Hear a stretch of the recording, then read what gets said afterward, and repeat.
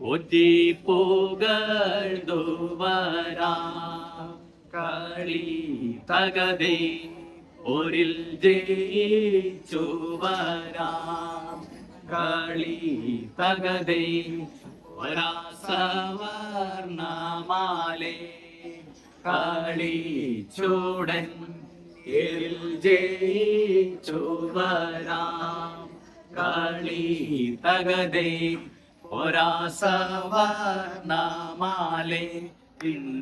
തകത പാടി ഒറ്റി പുകഴ്ന്നുവരാം കളി തകതേ ഒരിൽ ജയിച്ചു വരാം കളി തകതേ ഒരാസവർണമാലേ കളി ചൂടൻ ഏരിൽ ജയിച്ചു വരാം കളി തകതേ ഒരാസവർണമാലേ തകത പാടി.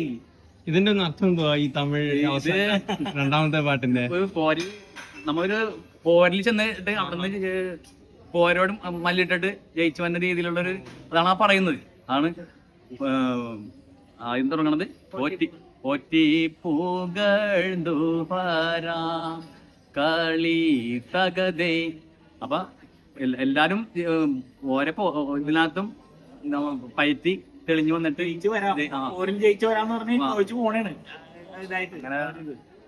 മറ്റേതും ഒരു നേരത്തെ അതിന് മുമ്പ് പാടിയതും ഒരു തമിഴിലൊക്കെയുള്ള പാട്ടാണ്.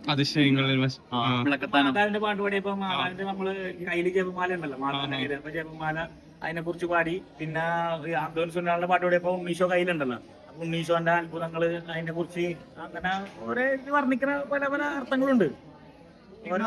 മാതാവിന്റെ പാട്ട് രചിച്ചത്